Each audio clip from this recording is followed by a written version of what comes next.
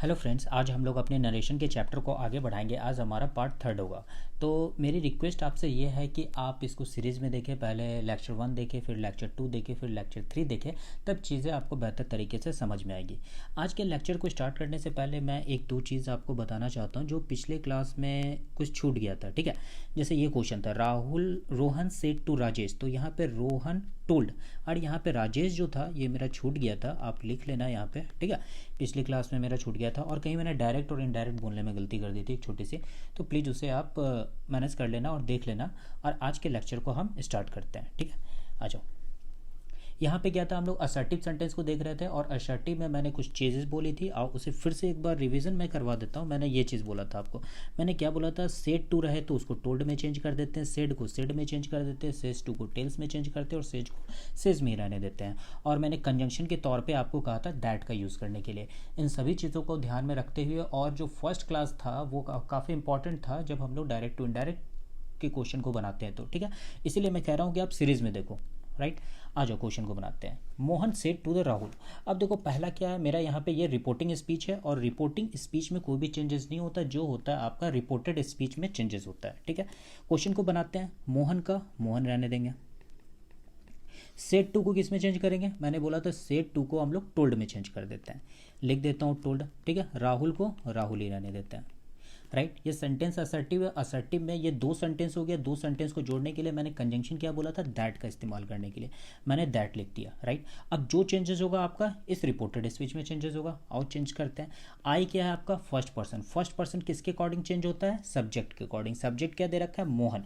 तो मोहन यहाँ पे दे रखा है तो क्या यूज़ करेंगे, उसके जगह पे ही यूज़ करेंगे। ठीक है, विल दे रखा है यहाँ पे, विल के बदले क्या यूज होगा, प्रजेंट में दे रखा है तो किस में चेंज करते थे, पास्ट में चेंज कर देते थे। याद होगा, इसीलिए आप पहले के रिवीजन करोगे तो यहाँ पे आपको चीज़ें समझ में आती जाएगी। तो विल को किस में चेंज कर दोगे, आप वुड में चेंज कर दोगे। Right, crack the exam. अब याद करो, दिस ईयर को हम लोग किस में चेंज करते थे, याद है, दिस ईयर को मैंने क्या बताया था, दैट ईयर में चेंज कर देने के लिए। तो यहाँ पे मैंने दैट ईयर चेंज कर दिया और डायरेक्ट टू इनडायरेक्ट आपका इसी तरीके से चेंज हो गया। बस ये छोटे छोटे चीज़ आप ध्यान में रखो और कोई एक छोटा सा पॉइंट जो भी होगा ये दूसरे क्वेश्चन में मैं आपको बताते चला जाऊंगा और आपको सारे क्वेश्चन बनेंगे एक से एक करके। ठीक है, they will say to him. अब इसे क्या बनाना है, तो इसमें तो चेंजेस कुछ आएगा नहीं, तो मैं दे का दे लिख देता हूँ। ठीक है, विल का विल रख देता हूँ। ठीक है, से टू को किस में चेंज करते हैं, से टू को मैंने बोला था टेल में चेंज करने के लिए। ठीक है, सेट रहता है तब होता है टोल्ड, और से टू दे रखा है प्रेजेंट में तो क्या हो जाएगा, टेल। और हिम का हिम रखने देंगे। ठीक है, कंजंक्शन के तौर पे क्या होगा, दैट यूज़ होगा, मैंने लिख दिया। यू क्या है, यू आपका कौन सा पर्सन है, फर्स्ट पर्सन, सेकंड पर्सन या थर्ड पर्सन। सेकंड पर्सन आता है। सेकंड पर्सन किसके अकॉर्डिंग चेंज होता है, ऑब्जेक्ट के अकॉर्डिंग। एग्जॉक्ट क्या दे रखा है आपका, ऑब्जेक्ट क्या दे रखा है, हिम। तो यहाँ पे क्या यूज़ कर देंगे हम, ही। ठीक है, अब यहाँ पे दे रखा है हैव, तो हैव को किस में चेंज कर दोगे आप, प्रेजेंट में दे रखा है तो पास्ट में, तो आप हैव को क्या करोगे, हैड में चेंज करोगे। ठीक है, लेकिन मैं बता दूं यहाँ पे हैड नहीं होगा। क्यों नहीं होगा, इस पर जिक्र करेंगे, पहले आगे देख लेते हैं। डन का डन रहने देते हैं। ठीक है, नो फेवर टू। अब देखो अस क्या है आपका, अस किस में चेंज हो जाएगा, अस होता है फर्स्ट पर्सन, आई और वी आपका फर्स्ट पर्सन होता है, फर्स्ट पर्सन सब्जेक्ट के अकॉर्डिंग होता है। तो अस क्या हो जाएगा, फर्स्ट, इस दे के बदले क्या हो जाएगा यहाँ पे, देम हो जाएगा। ठीक है, तो यहाँ चीज़ तो आपको समझ में आ गया होगा, लेकिन ये आपको कन्फ्यूजन हुआ होगा कि ऐसा यहाँ पे हो क्यों रहा है। ठीक है, तो और इस पर हम लोग जिक्र करते हैं, यहाँ पे हैड क्यों नहीं होगा। आपको याद हो, 10th चैप्टर में मैंने पढ़ाया था मेन क्लॉज और सब क्लॉज। ठीक है, मेन क्लॉज क्या बताया था कि दो सेंटेंस जुड़ा वर्ड आता है, ये मेन क्लॉज होता है और सब क्लॉज होता है। ठीक है, और मेन क्लॉज के अकॉर्डिंग क्या होता है, सब क्लॉज में भी चेंजेस होते रहता है। तो आपको मैंने वहाँ बताया था कि यदि मेन क्लॉज आपका फ्यूचर में हो तो सब क्लॉज किस में होता है। ठीक है, यदि आप नहीं जानते हो, आप यहाँ पे वीडियो को पॉज करो और मैंने जो नोट्स आपको पढ़ाया था टेंस में, आप एक बार वहाँ पर जाकर देखो, आपके रिवीजन और आपको याद भी आ जाएगी। ठीक है, मैंने वहाँ पे ये आपको पढ़ाने की कोशिश की थी कि यदि मेन क्लॉज आपका फ्यूचर में हो तो सब क्लॉज को हमेशा हम लोग प्रेजेंट में लिखते हैं। अब यहाँ पे आप हैड लिख दोगे तब तो ये पास्ट में हो जाएगा और सेंटेंस आपका यहाँ बिल्कुल गलत हो जाएगा। तो यदि मेन क्लॉज फ्यूचर में हो तो सब क्लॉज को प्रेजेंट में लिखना होगा, तो हैड के बदले हम यहाँ पे हैज़ लिखेंगे, ना कि हैड लिखेंगे। ठीक है, तो आप यहाँ पे नोट और इस कंसेप्ट को यहाँ पे लिख लोगे। ये आपका 10th चैप्टर में भी पढ़ाया हुआ है, मैंने वहाँ पे मेन क्लॉज का प्रेजेंट ही पढ़ाया था, पास्ट भी पढ़ाया था, फ्यूचर भी पढ़ाया था। आप जाओ एक बार रिवीजन कर लो, आपकी रिवीजन भी हो जाएगी और चीज़ समझ में भी आ जाएगी और यहाँ पे भी आपका क्लियर हो जाएगा कंसेप्ट। ठीक है, चलते हैं नेक्स्ट क्वेश्चन की तरफ। मैंने यहाँ पे बस ये बताया मेन क्लॉज फ्यूचर में है तो सब क्लॉज को प्रेजेंट में रखेंगे, इसलिए हैड नहीं बल्कि हैज का यूज़ होगा। ठीक है, आ जाओ चलते हैं हम लोग नेक्स्ट क्वेश्चन की तरफ।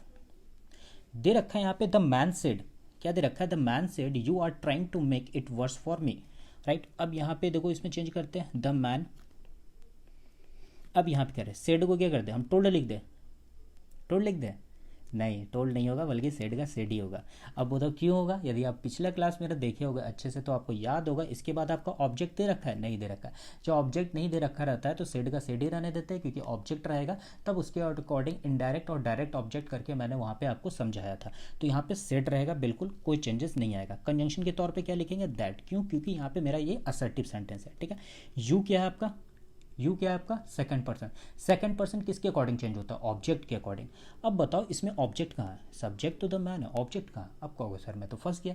ठीक है, यहाँ तो फंस गया क्योंकि आपने बताया था कि यहाँ पे आपका जब सेकंड पर्सन आता है तो वो तो ऑब्जेक्ट के अकॉर्डिंग चेंज होता है, लेकिन यहाँ तो ऑब्जेक्ट दिया नहीं है।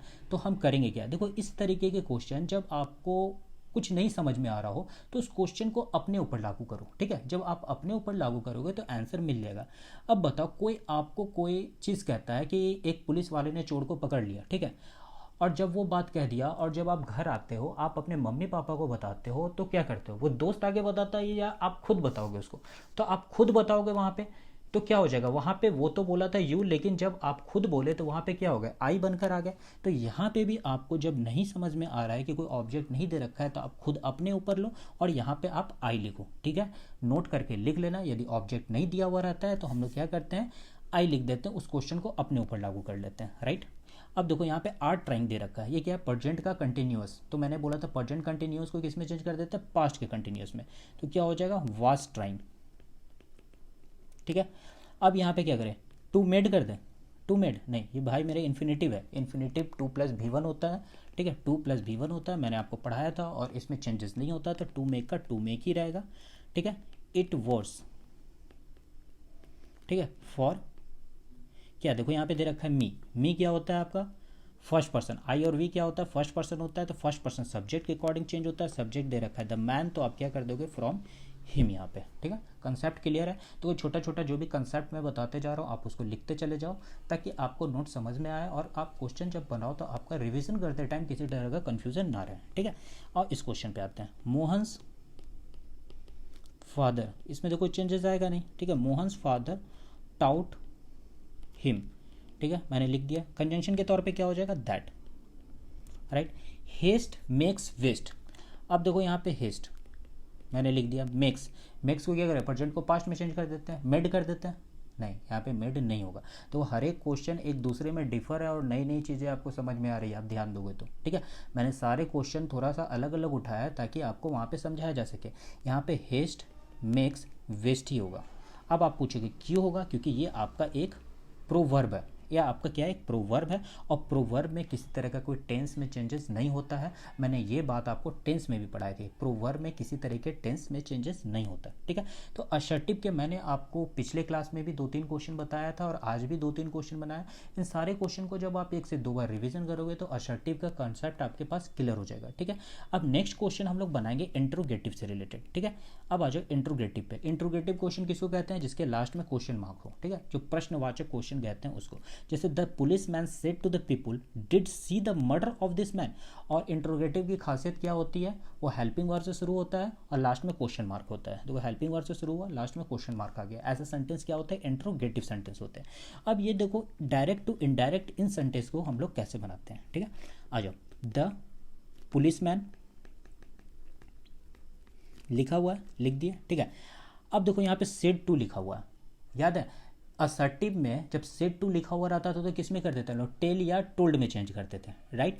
लेकिन जब इंट्रोगेटिव सेंटेंस रहेगा, ठीक है, आओ इंट्रोगेटिव सेंटेंस आपका रहेगा तो हम लोग इफ़ या वेदर में चेंज करेंगे। आप इफ़ लिखो या वेदर लिखो, दोनों लिख सकते हो। ठीक है, इफ़ या वेदर दोनों में से कुछ भी लिख सकते हो, दोनों सही है। ठीक है, और कंजंक्शन के तौर पे आपका तो हो जाएगा इफ़ या वेदर कंजंक्शन के तौर पे। ठीक है, और सेड टू के जगह पे आपको आस्क्ड लिखना पड़ेगा। ठीक है, सेड टू के जगह पे क्या लिखना पड़ेगा, आस्क्ड लिखना पड़ेगा। या आस्क लिखना पड़ेगा। प्रेजेंट में लिखेंगे तो आस्क लिखेंगे, पास्ट में रहेगा तो आस्क्ड लिख देंगे। लेकिन वहाँ पे क्या लिख रहे थे हम लोग, टेल्स और टोल्ड लिख रहे थे असर्टिव में, ठीक है। तो यहाँ पे आस्क्ड लिखेंगे, आप नोट्स बना के लिख लेना इस तरीके से साइड में। इंट्रोगेटिव सेंटेंस बनाते वक्त क्या लिखते हैं हम लोग, आस्क्ड से बनाते हैं या आस्क से बनाते हैं, और इफ़ या वेदर का कंजंक्शन का इस्तेमाल करते हैं, ठीक है। आगे बढ़े। अब यहाँ पे देखो सेड टू लिखा है तो क्या लिखते हैं, आस्क्ड। क्यों, क्योंकि पास्ट में लिखा हुआ है, ठीक है। अब क्या है यहाँ पे, द पीपुल, इफ़ या वेदर कुछ भी लिख सकते हैं, अब लिख दो इफ़। अब यहाँ दे रखा है did see the murder of this man. अब देखो यहाँ एक कंसेप्ट और मैं आपको सिखा रहा हूँ, ठीक है।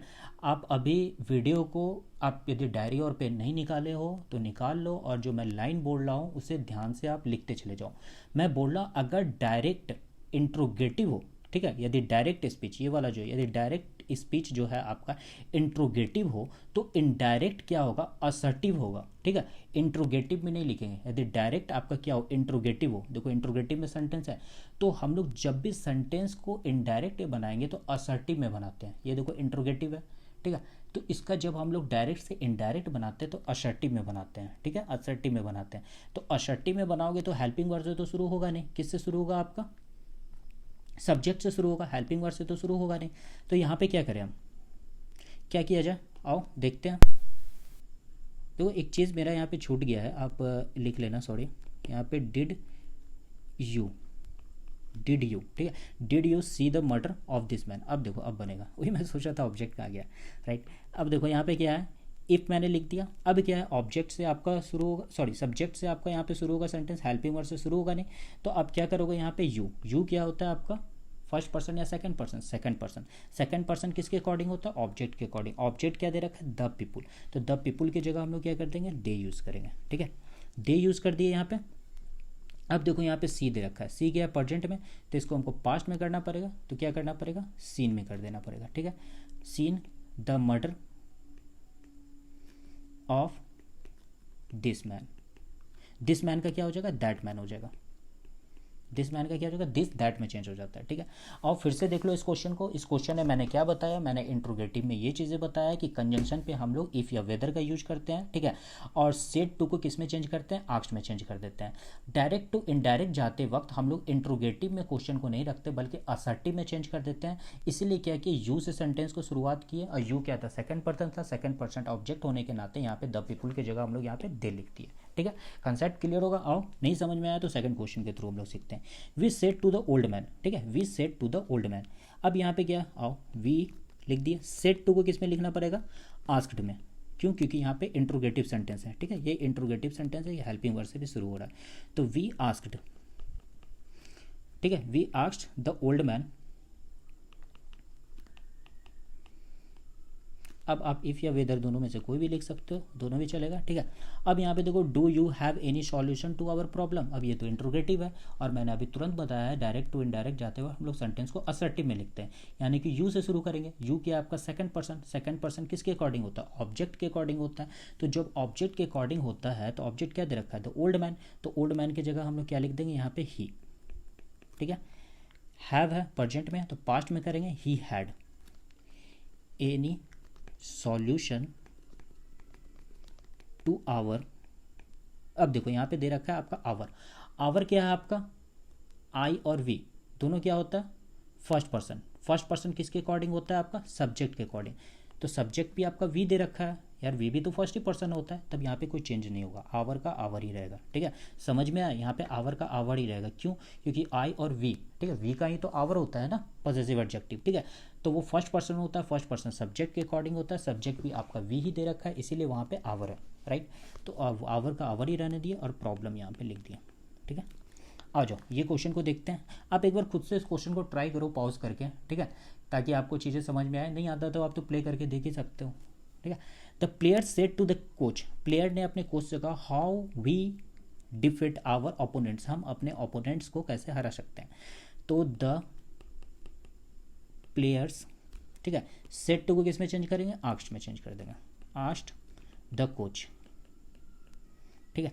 अब देखो यहाँ पे क्या करें, हम क्या लगा दें, इफ़ या वेदर लगा दें, इफ़ या वेदर लगा दें, नहीं मेरे भाई, यहाँ पे दोनों में से कोई नहीं लगेगा। ठीक है, देखो एक नया कंसेप्ट यहाँ पे सीख गया है, मैं बताने जा रहा हूँ। ठीक है, यहाँ पे नया कंसेप्ट मैं ये बताने जा रहा हूँ आपको कि यहाँ पे इफ़ या वेदर नहीं होगा। अब पूछोगे क्यों नहीं होगा? इसलिए नहीं होगा क्योंकि यहाँ पे एक चीज़ हमेशा ध्यान रखना, यदि आपका जो डायरेक्ट और इनडायरेक्ट का जो भी क्वेश्चन होता है, यदि उसका आंसर यस या नो में आए तभी आप इफ़ या वेदर का यूज करो। क्योंकि इफ़ या वेदर क्या करता है, कंडीशन अप्लाई कर देता है, हाँ या ना में। जैसे आप ये क्वेश्चन देखोगे, ये क्वेश्चन नंबर 2 को आप देखो, we said to the old man, मैंने उस old man, do you have any solution to our problem, क्या आपके पास इस प्रॉब्लम का कोई सॉल्यूशन है? तो आपका जवाब हाँ या ना में होगा। ठीक है, इससे पिछला क्वेश्चन भी आप देखो, the police man said to the people, police man ने कहा लोगों से, did you see the murder of this man, क्या आपने मर्डर देखा इस मैन का? तो हाँ या ना में जवाब होगा। लेकिन जब आप क्वेश्चन पढ़ो ये वाला, question number 3, the player said to the coach, player ने कोच से कहा, how can we defeat our opponent, क्या आप ओपोनेंट को कैसे हरा सकते हो? तो क्या इसका जवाब हाँ या ना में होगा? तो आपका जवाब आएगा नहीं। ठीक है, तो जो ऐसा क्वेश्चन जिसका हाँ या ना में जवाब नहीं आता है तो उसको हम लोग हाउ में ही यहाँ पे रहने देंगे। ठीक है, इसीलिए कहा जाता है, एक आपको ऐसे ही कंसेप्ट भी दे देगा ट्रिक करके कि हाउ के साथ इफ़ या वेदर का यूज ना करें। राइट, क्यों नहीं यूज करें पता नहीं चलता, लेकिन यहाँ देखो आपके पास आंसर मिल गया, क्यों यूज नहीं करेंगे। ठीक है, तो the player asked to the coach, how का क्या रहने देंगे हम लोग, हाउ ही रहने देंगे। ठीक है, अब देखो यहाँ पे ये तो हो गया आपका इंट्रोगेटिव है। ठीक है, इंट्रोगेटिव है तो क्या करोगे, सब्जेक्ट के अकॉर्डिंग शुरू करोगे। सब्जेक्ट दे रखा है वी, आई और वी क्या होता है, फर्स्ट पर्सन होता है, फर्स्ट पर्सन सब्जेक्ट के अकॉर्डिंग होता है, तो दे रखा है द प्लेयर्स, तो द प्लेयर्स को क्या लिख दोगे आप, यहाँ पे दे लिख दोगे। ठीक है, डिफिट को क्या करें, अब यहाँ पे कैन दे रखा है तो कैन को किस में चेंज करोगे, कुड में चेंज करोगे। राइट, एक चीज़ ध्यान देना, देखो एक्टिव पैसिव और नरेशन दोनों में बहुत एक छोटी सी माइनर प्रॉब्लम होती है। यहाँ पे कैन का कुड चेंज हो जाएगा नरेशन में, लेकिन एक्टिव पैसिव में कैन का कैन ही रहता है, टेंस में कोई चेंजेस नहीं होता है। तो आप दोनों को मिक्सअप मत कर देना, एक्टिव पैसिव वॉइस में, ठीक है, कैन का कुड में चेंजेस नहीं होता, कैन को कैन ही रहता है, कुड का कुड ही में रहता है। लेकिन नरेशन में क्या होगा, कैन का कुड में चेंज हो जाता है। ठीक है, तो दोनों को मिक्सअप मत करना, ध्यान रखना। तो दे कुड हो जाएगा यहाँ पे। ठीक है, डिफिट का डिफिट लिख देता है, डिफिट। ठीक है, आवर ओपोनेंट, अब आवर क्या है आपका, फर्स्ट पर्सन है, फर्स्ट पर्सन किसके अकॉर्डिंग होता है, सब्जेक्ट के अकॉर्डिंग होता है। तो सब्जेक्ट क्या दे रखा है आपका, द प्लेयर्स, तो द प्लेयर्स का क्या हो जाएगा यहाँ पे आप डियर लिखोगे। ठीक है, डियर ओपोनेंट्स, ओपोनेंट्स को ओपोनेंट्स ही रहने दो। देखो यहाँ पे आवर था तो आप डियर लिखे हो, यहाँ आवर था तो आप क्या लिख दिए थे, यहाँ पे आवर ही रहने दिए थे। ठीक है, क्यों रहने दिए थे, क्योंकि यहाँ पे वी जो था फर्स्ट पर्सन था, फर्स्ट पर्सन वी था, तो इसीलिए रहने दिया। लेकिन द प्लेयर्स यहाँ पे क्या हो गया आपका, तो क्या हो गया, थर्ड पर्सन हो गया, थर्ड पर्सन द प्लेयर्स एक से ज़्यादा, मतलब कि जो मैन हो गया, ह्यूमन बींग्स हो गया, तो थर्ड पर्सन में आ जाता है, इसलिए यहाँ पे डियर यूज हो गया और ओपोनेंट्स यूज कर दिया। ठीक है, तो आज का कंसेप्ट लगभग आपको समझ में आया होगा और इंट्रोगेटिव का भी क्वेश्चन मैंने कुछ बताया हूँ। तो ये 2-3 क्वेश्चन जो भी बनाया है आप अच्छे से उसका नोट्स बनाओ, हर एक क्वेश्चन में एक नए चीज़ कंसेप्ट मैंने सिखाया है। और नेक्स्ट जो होगा आपका इंट्रोगेटिव के आगे का मैं बताऊँगा आपको इंपेरेटिव सेंटेंस को डायरेक्ट इनडायरेक्ट कैसे बनाते हैं, फिर एक्सक्लेमेटरी का बताऊँगा। तो आज के वीडियो को यहीं रहने देंगे, आप अपने दोस्तों को शेयर करो। ठीक है, अभी तक चैनल को सब्सक्राइब नहीं किया तो कर लो, ताकि जो भी वीडियो मैं डालूँ नोटिफिकेशन मिलो, बस, और इससे ज़्यादा कुछ नहीं रहेगा। तो आज के लिए टाटा बाय बाय, मिलते हैं हम लोग नेक्स्ट डे।